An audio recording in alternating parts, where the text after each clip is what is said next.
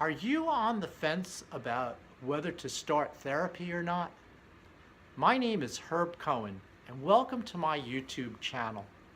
Um, Today, I'm going to talk about that hesitation we have about starting therapy, the fear, the resistance to just engaging, getting it going. We procrastinate and procrastinate. So today, in today's video, I'm going to really explore this with you and maybe help you with that decision. My name's Herb Cohen. This is my YouTube channel. Like and subscribe, and keep coming back. And this way we can keep connecting, and you can get more and more videos like this. Also, there's a whole bunch of more information about therapy, about looking for a therapist, how to find an appropriate therapist. There's a checklist that you can print out and use in your exploration of this on my website, which is herbcohen.one. That's herbcohen.one. So let's begin our discussion about our resistance to beginning therapy and being on the fence and having cold feet, because that's what's going on. We have cold feet. We're afraid. And so let's look at what we're afraid of, because there's several things that actually some are obvious and some are not so obvious. They're kind of hidden, and I'm going to hope to bring some awareness to it so that we can maybe make peace with it, and then maybe you can actually make a decision as to whether you want to begin and whether you're ready or not. So we'll talk about what's readiness look like. So let's look at our fear first, okay? So obviously, therapy is a commitment and it's work. There's good therapy is work, and it's hard work. We have to go through a lot of muck to grow a lotus flower, and you need the mud and you need the muck, and there's a beautiful blossom at the end. And in therapy, we hope to bring you to that beautiful place at the end. But to get there, we got to cut through the mud. And people are afraid of that, and rightly so. Our past, if it was very ugly and painful, we're afraid to open that up. Who wants to go there and feel that stuff again? Okay? The counter argument to that, so that's on one hand. On the other hand, is that I know that I get triggered by that stuff. And I feel that way more often than I'd like to because I'm getting triggered. Now, what's getting triggered? What's getting triggered is the memories that are created from our past. We didn't choose to have this past, but when we are in a past where there's fear, our brain fixes them permanently so that we can go into fight, flight, and protect ourselves. Even though we've now grown up and we're not a helpless child anymore, we're still being triggered. And that's those fixed memories. Why I chose to do EMDR therapy is because EMDR releases these memories from their fixed states once and for all. And the way we do that is with bilateral stimulation, which desensitizes the fear and the pain, and all the ugliness gets desensitized. We recode that memory as not being so ugly anymore, not feeling bad anymore, and the memory is integrated and released. And so the process becomes gentler than it seems, and there's also a memory consolidation that goes on, which allows us to rapidly cut through a ton of these memories, so we don't have to be doing EMDR forever. We just pick some key memories, and the brain cleans itself out automatically, and does through this desensitization process that allows us to visit the ugliest parts of our life with only some pain. There's not no pain, there's some pain, but it desensitizes and we can really plow through. So there's that. So it's do I want to dive in now? Am I ready to do that? If I don't, I have a lifetime of dealing with triggers. It won't go away. Talk therapy will not take care of this. We need something like an EMDR type of therapy to take care of that. Okay, let's look at some other fears. Well, there's fear of the unknown. And if I identify with my history, if I identify with my ugliness, my trauma, my pain, and you take my pain away from me, then I'm afraid that's an unknown for me because I won't know who I am. And that scares me. That scares the jeevies out of me. I don't know what to do with that. Where am I going to end up? Who will I be?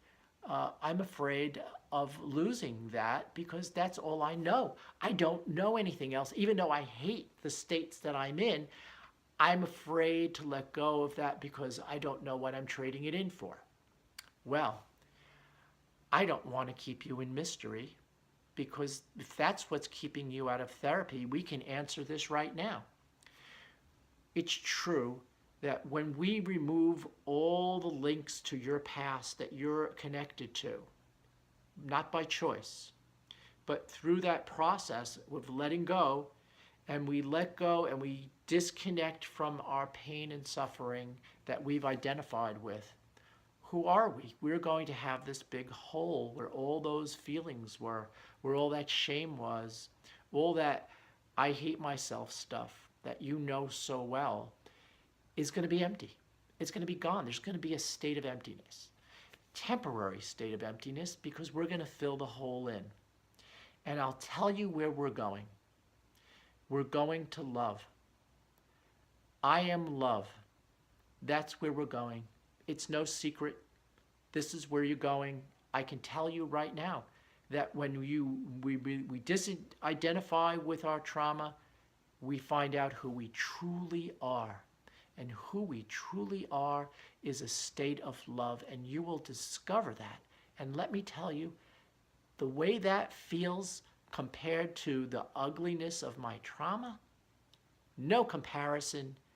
I don't know any recipient that I've worked with who would trade being loved with their past any day of the week. No comparison. Hands down, this is a desirable state that we're going to. Very desirable, and it's blissful. Well, what can I say? It's a wonderful, wonderful place to go to. So that's where we're headed. So that there's no unknown, there's no mystery. There's the default. The default is love. That's our default of who we are. We're all love. Everybody that I work with is love. So we all go to that place. Okay, so let's look at some more things. So there's this idea that I don't deserve treatment. And also, if I have shame, like from an addiction, and I've done bad things, the pain and suffering that I have kind of takes the shame away. So there's that. There's that pain servicing me and my needs.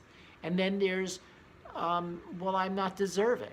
Well, I'm not deserving and I'm worthless are ideas that are embedded in my history, in those fixed memories.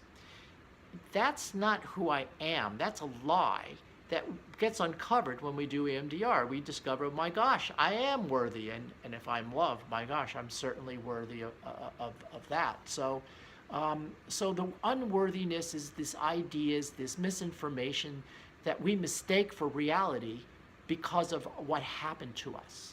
Things that made us, we learned to be worthless from what happened to us. It's not that we're actually worthless. We were never worthless. And this is just something that we learned and we need to unlearn. And we can do that. The shame from addiction, so we need to understand that addiction and of any kind, whether it's an eating disorder, a sex addiction, a food addiction, drug or alcohol addiction, it doesn't matter. We create shame when we create these conditions. And usually what are we doing? We're using those as coping skills to avoid shame. Maybe we are blaming ourselves for what happened to us and we feel shamed. We feel less than. I wasn't good enough. So my parents didn't love me, for an example. So there's shame there. And then what we do is we manifest more shame. Shame begets shame. So we drink, we drug, we purge, we binge. we have sex with somebody, we're creating more shame. And that shame, so we're avoiding shame with something that causes shame. So that doesn't seem to work. We can continue to do that, but we're just going to get more shame. So we're just adding to the mix. But let's understand that our avoidant behavior, the addiction, is avoiding helping us not be in pain. And if there's a loving part of me that doesn't want to suffer, that doesn't want to be in pain, we manifest addiction. Well, that's not a bad thing. It's normal to not be in pain. It's normal to not want to stay in pain. So there's a part of us that created addiction that actually is very compassionate and loving. So that kind of takes some shame away from that.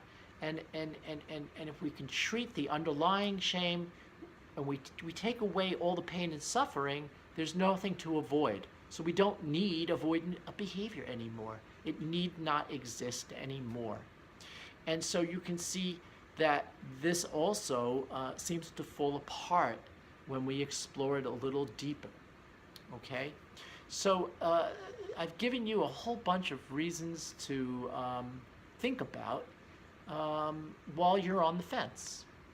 Reasons to maybe sign up and engage psychotherapy, whether with me or with someone else. That's up to you. But it's important to consider these points, and I hope that I've helped you make a decision one way or the other. And maybe you're not ready. You know, someone who's ready is going to take the plunge and make a commitment and do the work that's needed. There definitely is work required, as I said before. So, so I hope this is helpful to you.